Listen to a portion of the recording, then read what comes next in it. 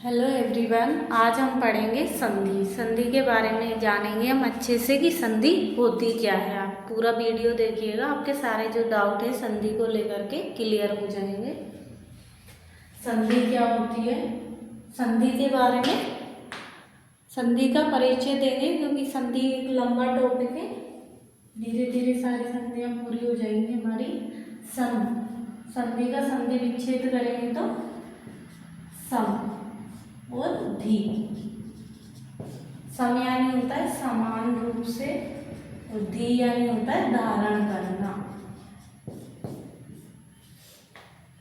समय का अर्थ होता है समान रूप से, धी यानी धारण करना। संधि की उत्पत्ति किन शब्दों से हुई?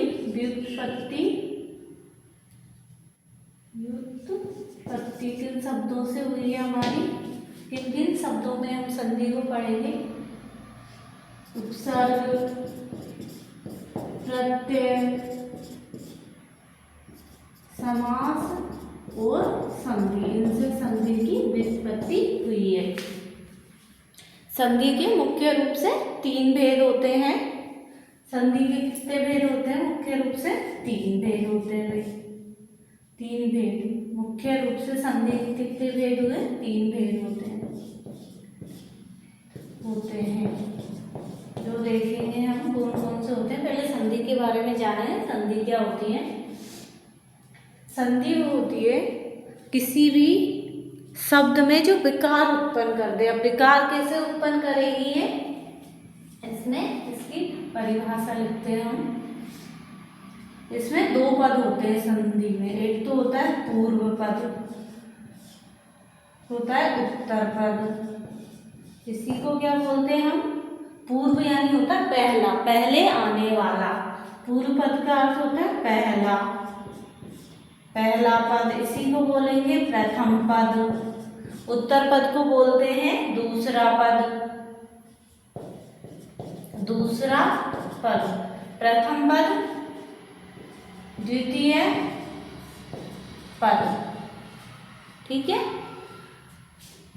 अब किसी भी शब्द का, जैसे मैंने लिखा विद्यालय, इसका पहला पद, दो पद हैं इसमें, विद्या और आलय, दो शब्द जुड़े हुए हैं इसमें, विद्या प्लस आलय। विद्या प्रथम पद का, ये प्रथम पद है हमारा, पहला पद, इसका अंतिम वर्ण, ये पहला पद है, पहले पद का ये वाला अंतिम वर्ण, और दूसरे पद का पहला वर्ण, प्रथम वर्ण। इन दोनों के मिलने से जो विकार उत्पन्न होता है उसी को क्या बोलते हैं? संधि बोलते हैं। विद्या प्लस आलय मिलकर के क्या बन जाएंगे? हमारे विद्यालय। जैसे यहाँ इसकी डेफिनेशन लिखते हैं, किसी शब्द के प्रथम पद का,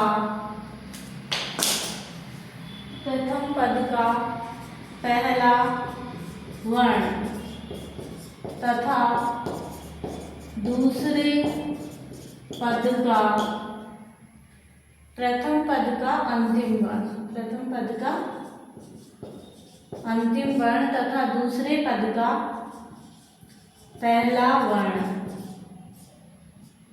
जब मिलकर कोई विकार या परिवर्तन उत्पन्न करते हैं, उसे क्या बोलते हैं? हम संधि कहते हैं उसी को।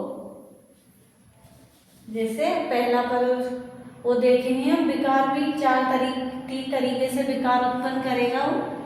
एक तो होता है आवेश, पूरी तरीके से शब्द बदल जाता है। एक होता है आगम, एक होता है लोभ।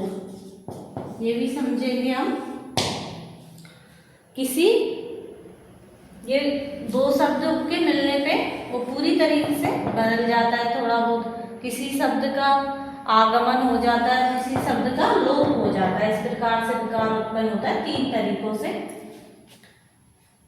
जैसे मैंने लिखा देव, देव में ये पहला पद है, इसका पहला अंतिम वर्ण देखेंगे व में, ये व है, व स्वर कोई भी जो व्यंजन होता है हमारा स्वर और व्यंजन से मिलकर के बना होता है। ये व में व प्लस ए मिला हुआ है ये, तो इसका अंतिम वर्ण क्या हुआ हमारा, ए हो गया।